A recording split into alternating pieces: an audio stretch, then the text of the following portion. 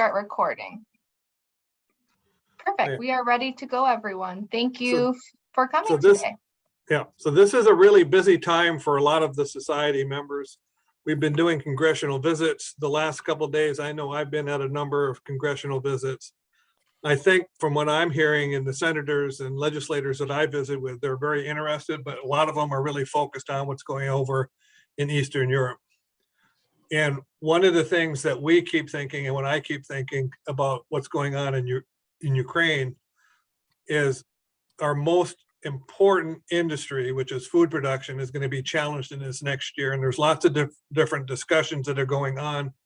Please join those discussions. One of the things that we've been hearing about is that the Senate may be making some recommendations relative, or the government may be making recommendations on CRP land. And so follow those discussions. And if you have a chance to put input into those discussions, please do so, because decisions are going to be made relatively very quickly. And so follow those discussions. If you have questions, what's going on, contact who can we contact to find out what's going on, Sarah? If they're trying to, go ahead. I was just going to say our science policy manager, Rachel, is a good resource, and also to look on the discussion boards, because I know she posts up there quite a bit on this topic, and also the science policy webpage that we have from agronomy.org/science policy. That would also be a good resource. Yeah, so follow that. Go ahead. Just I'll drop that link in the chat. Oh, good. Thanks, Hannah. Yeah. And so, follow that, because there's some decisions that are going to be made in the near future. And from my perspective in South Dakota, it's very, very difficult to plow up CRP land and expect to plant something in the spring or even in the fall, because it takes a considerable amount of planning to do all that extra work. Anyway, if you've got some thoughts and things like that, please let us know, and we'll try to get some things into our program. One of the things that what I'm trying to do is, how do we get some materials in our materials that we send out to the members, and get things in there relative to the importance of our society. So if you've got some comments that you'd like us to post, please send some of those comments. Jim sent out a note to a whole bunch of different people, and we're getting comments from there. I've been sending things out. Please send us information on testimonials on the importance of how our societies have helped you meet your professional goals. So if you've got some comments, please send that to me or send it to one of the board members, and we can get those things posted. Let's go ahead and get started. Hannah, I see that you're first on our agenda. Yeah, so I am going to be talking about the annual meeting. So Nate, if I say anything wrong or you need to correct me, please feel free to jump in. But I'm just going to give it a stab. So March 15th, abstracts open. Registrations for the hotels open, and you can find those links in the planning site, which I am just going to drop in the chat right now. Let's see what else is coming up. April 5th is the deadline for tours and workshop proposals, and I will also get that link up as well. Nate, am I missing anything? Nope. That's really the two big things coming up right now. And the leaders can also expect communication from me around the 15th, letting you know abstracts are open, contributing authors can go in, and also instructions on how to set up invited speaker abstracts. So that'll all be forthcoming from me on the 15th. Great. And Nate, this is Sarah. Do you recommend that the leaders put something on the discussion boards to really encourage abstracts being submitted to their sessions? Yeah, that certainly won't hurt. We'll be canvassing membership and previous offenders of abstracts to make sure that they know that it's time again this year. So yeah, all that we can do to let people know that abstracts are open on the 15th is very much appreciated. Great. Does anyone have any questions about that? Oh, So Nate, when are we having deadlines for proposals for funding? Are those already passed, or are those calls out now? When are those all due? Actually, we just got off the call of the competitive PEFs just about 15 minutes ago. So if you did put in a proposal for a competitive PEF, you'll be getting that information from me by tomorrow morning.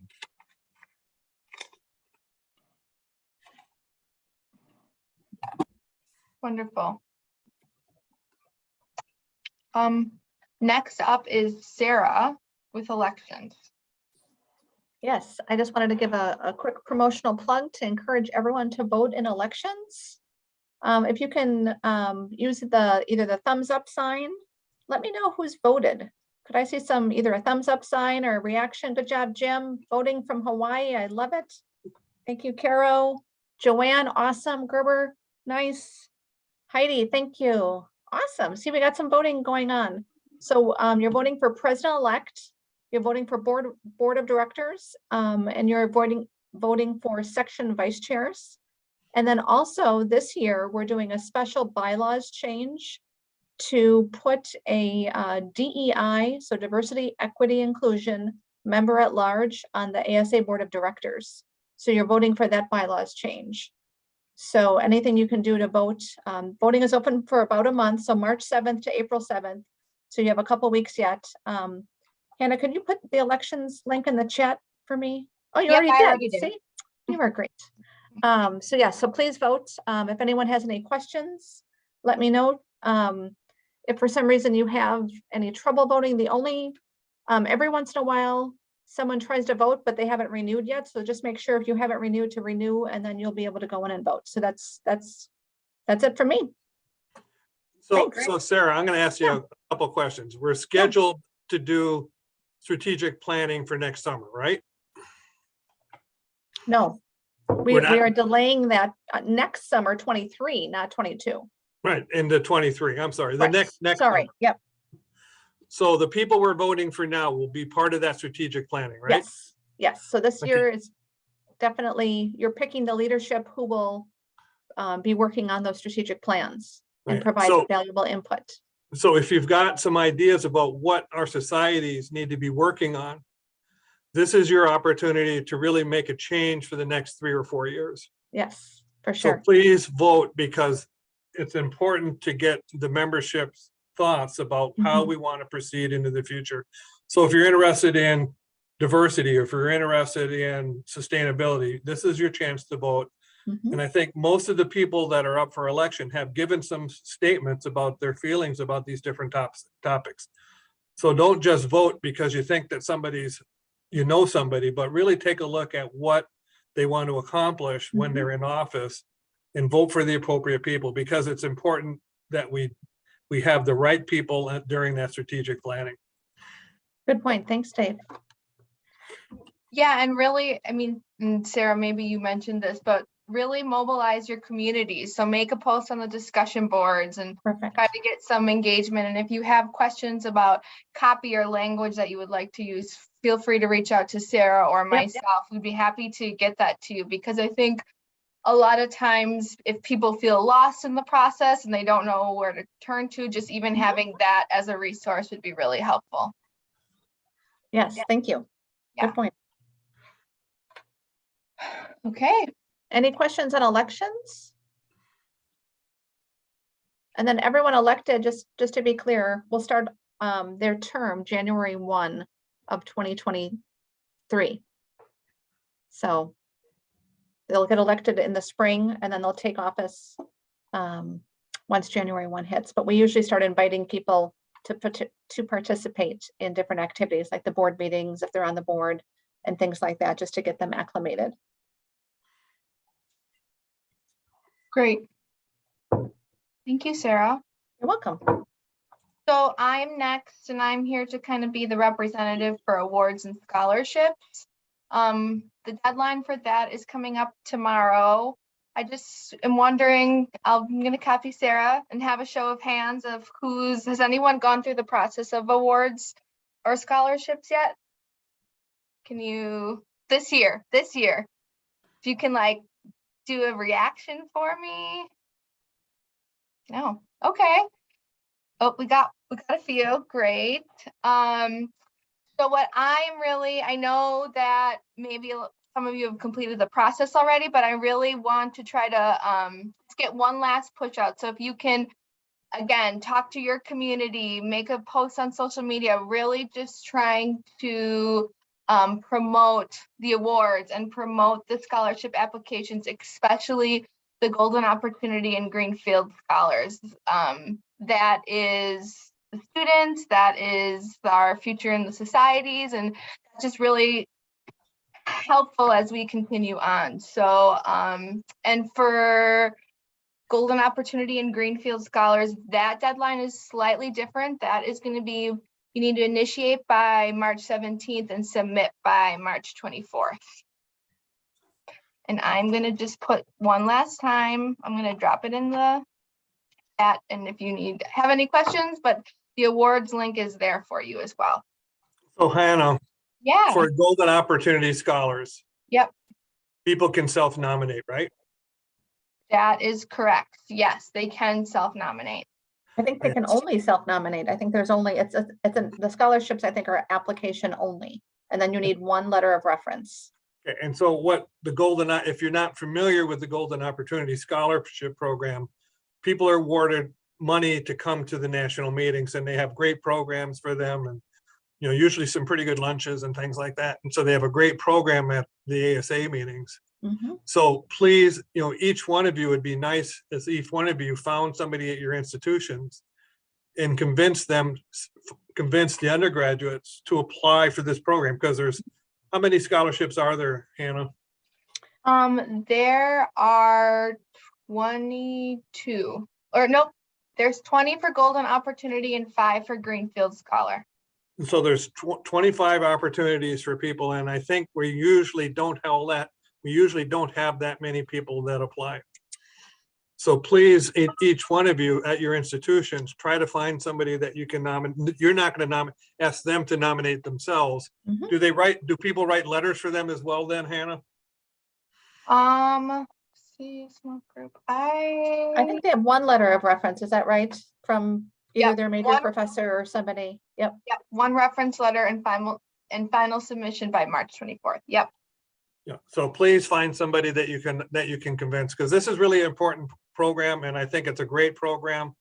And spend some time and visit with your undergrads to talk to them into applying. Has anybody here been a Golden Opportunity Scholar? Put up your hands if you have. I haven't been. It wasn't a program when I was an undergrad.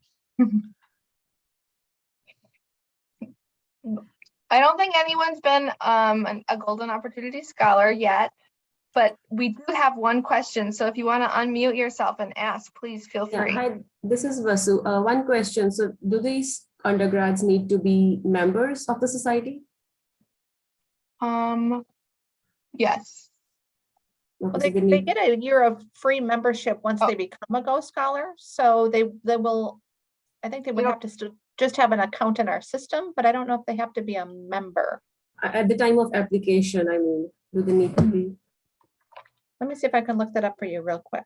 I'm looking it up right now and it doesn't look like it, but Sarah, you are right that they do get a free membership after the fact. So I want to say no, but let me just confirm that. And then but they will have to be in our system. And what I say about that, when you log in, when you apply for an award, when you do anything with us, you have a username and a password. So they will have to set up an account with us, but it will just be a non-member account. And then they will, go through the process of applying. And there's, I don't know, maybe 2 or 3 or 4 questions asking them about why they want this opportunity. And it's a nice mentoring program. They get paired up with a mentor at the annual meeting in a field of study that they're interested in continuing. Especially the Golden Opportunity Scholars is more for someone who wants to go into a PhD program.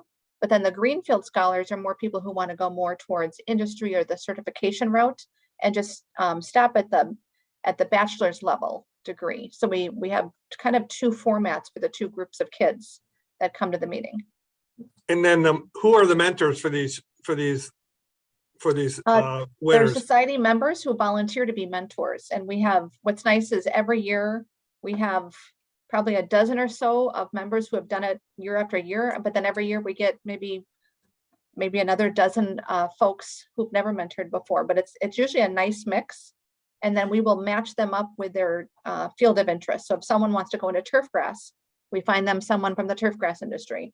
If someone wants to, go into, I don't know, soybeans, we'll find them someone, who's got an experience in that area. And they can really usher them through both the annual meeting, help them kind of navigate the annual meeting, especially if it's a first timer for the undergrads. And then they get 100% of their travel reimbursed to the annual meeting.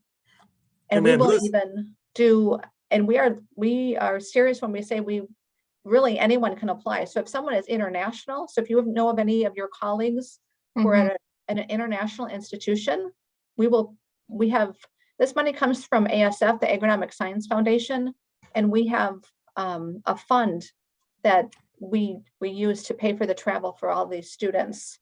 So if you know a colleague who's in Puerto Rico or in Spain or wherever, or Japan, and they have undergrads they want to send to the annual meeting, if they apply and are chosen, we will reimburse them for that international airfare and all that too, and their hotel and all their meals. So it's Sarah, a good deal.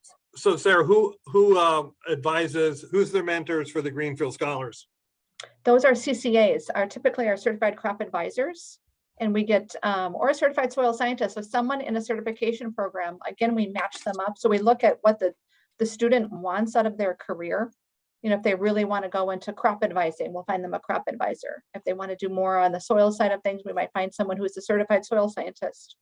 But they're people who will be at the meeting. And again, they'll be paired up at the meeting to do some one-on-one mentoring and some things there. So if people here want to be involved in the mentoring, how do they do that? There will be an announcement in the newsflash once we get the students selected and who we're looking for. That will be in the newsflash. It's, if you go to goldenopportunityscholars.org, there is a link on there to be a mentor and learn more about it. But I'm not sure if that's even open yet for applications or a deadline has been set yet, because we usually do that over the summer.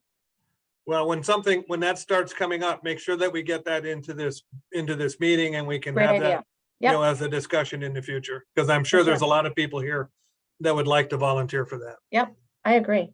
Good idea. And I put the link of the chat, or I put the link in the chat for that, and just kind of gives a guidance of like what a mentor does and other things relevant to that. So I think that was all we had right now, but it is open up to a Q&A. So let's have a Q&A. Let's think about what you guys would like to talk about in this monthly meeting as we're going forward. If anybody has ideas, let's throw some ideas out. I know we have a number of people that are international. Tandy, you've got some international things. Maybe there's some stuff that we can do for international people, or if we're dealing with D&I issues, just to have an open discussion for a little bit, then we'll adjourn early.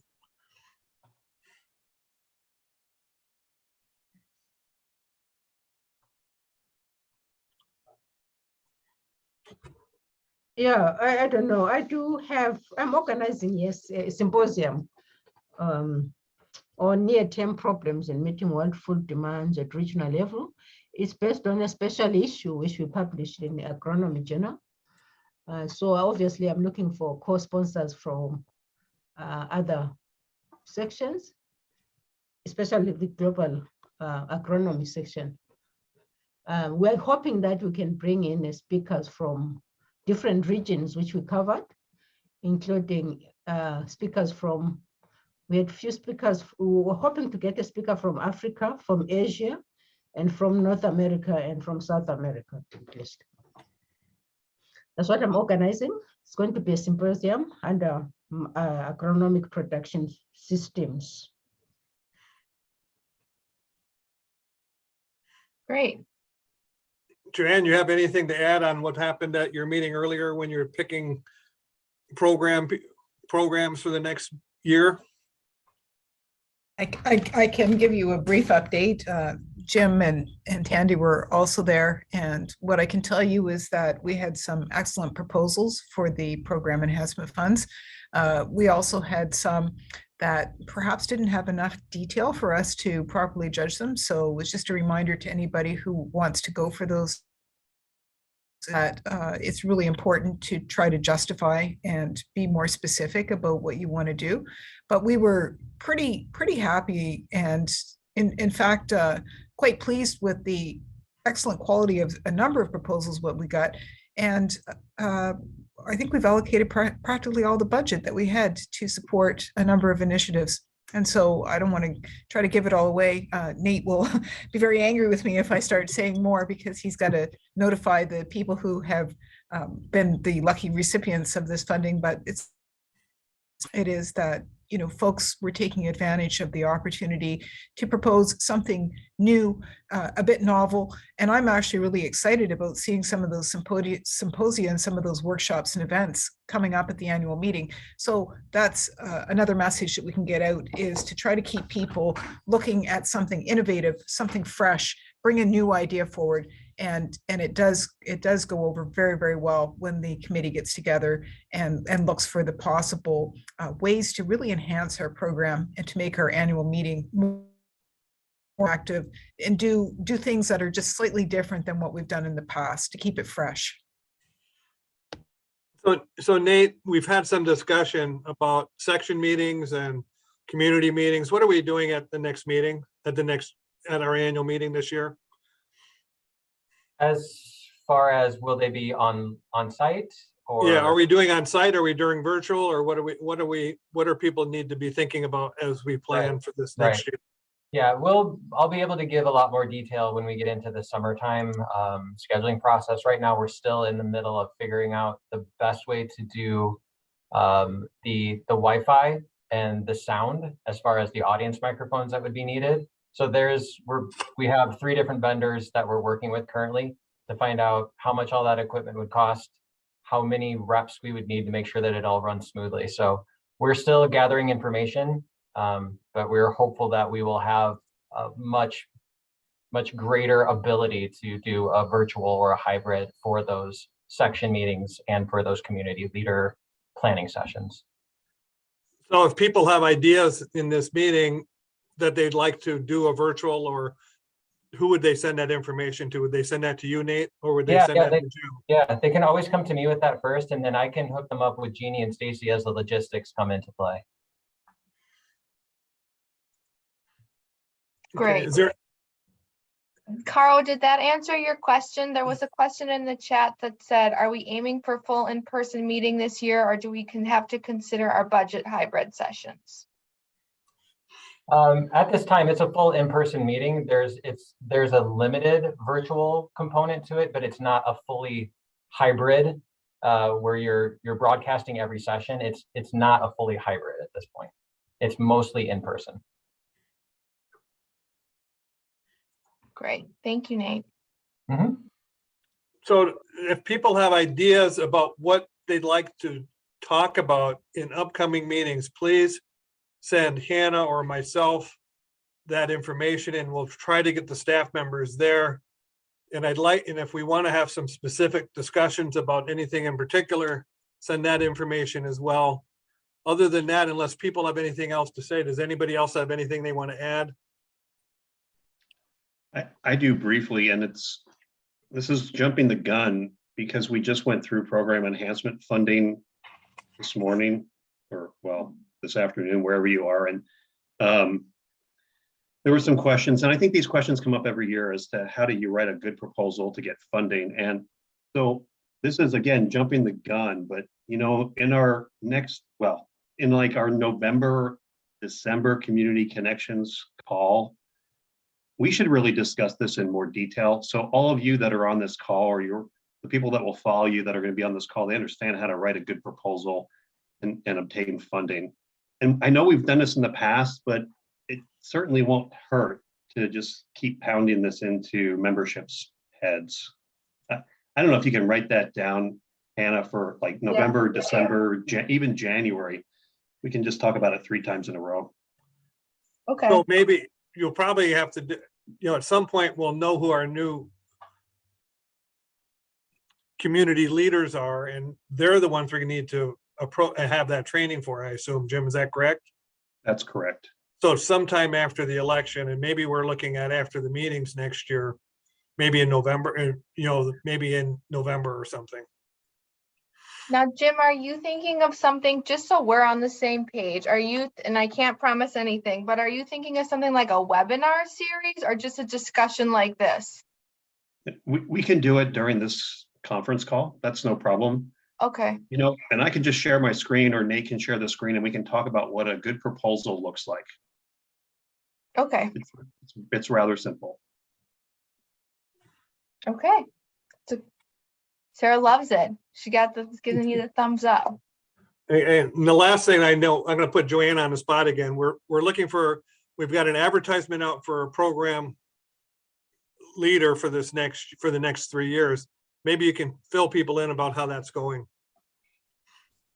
Well, self-nominations or nominations for the for this individual, and I think Jim can tell a little bit more advertised position, because he knows what the the job requirements are for it. Maybe I can pass it over to you, Jim, just to say what the program planning manager. Yeah, so the program planning officer for ASA, boy, it's a great job. It's really rewarding. And I won't go into all the details, but I'll tell you that you really get to see how the society, in fact, all three societies, works behind the scenes to actually get to the point where we pull off a 3,000, 4,000 member conference.